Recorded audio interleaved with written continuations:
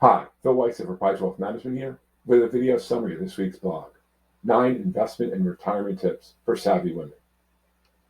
Our first tip, build an emergency fund. Typical emergency fund should have 3 to 6 months worth of living expenses in it. Where should you put it?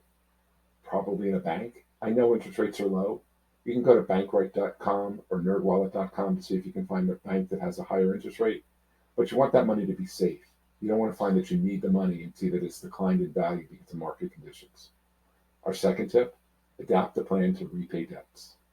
Some debts are okay to have, like a mortgage can be okay.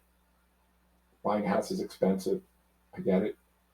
And rates are really low, so it's not bad to have that kind of debt. But if you have things like credit card debt in particular, where rates are really high, you want to pay it off as quickly as you can.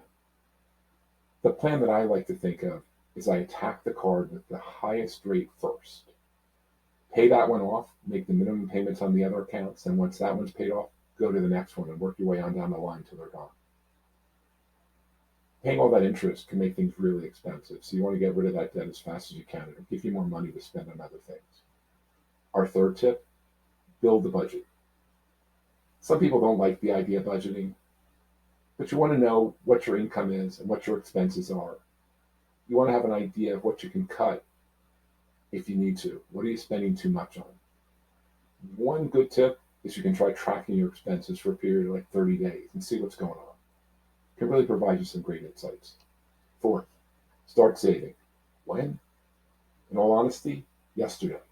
If you're not saving, you want to start right away. The sooner you can, the better. When it comes to saving and investing, it's not timing the market that matters, it's time in the market, or how long you invest for. That's what gives you the best chance of success. Our fifth tip, protect your assets, yourself, and your loved ones. That means you want to make sure that you have adequate insurance coverage. You want to make sure that you have the proper coverage on your home, or if you rent, you want to make sure that you have renter's insurance. You want to think about having an umbrella policy, have the right liability limits on your car, and have life insurance. I favor term and would stay away from whole life for the most part. Our sixth tip, be a long-term investor. I don't really want to call somebody that puts money in the market for the short-term investor. That's more speculation. If you can keep your money invested for a long time, that's typically when you're going to get the best growth. But think about doing long-term and not do a lot of transactions and move things around all the time. Set a target for your asset allocation. Rebalance as needed based upon your targets. Our seventh tip, diversify your investments. Many people become very US-centric if they're US-based investors, and other people in other countries do the same thing in theirs. You want to make sure that you have exposure to the global market, both stocks and bonds. Number 8, if applicable, contribute to a health savings account. I've talked about health savings accounts many times in the past. In my opinion, they're the best way to save for retirement. Why? They're triple tax-free. Put money in, you get a tax break. The money in the account can grow tax-free because you can invest it. You don't want to put money into an HSA and then take it out. You want to leave it there for as long as you can.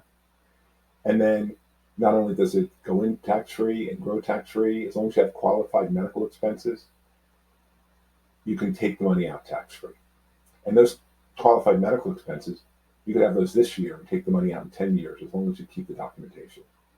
And our last tip, consider charitable giving. When you're doing that, you also want to think about how to do it tax efficiently.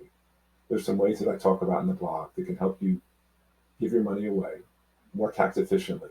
It's a way to leave a legacy, and it's also a way to do some good. But if you're doing it, you want to get the maximum benefit.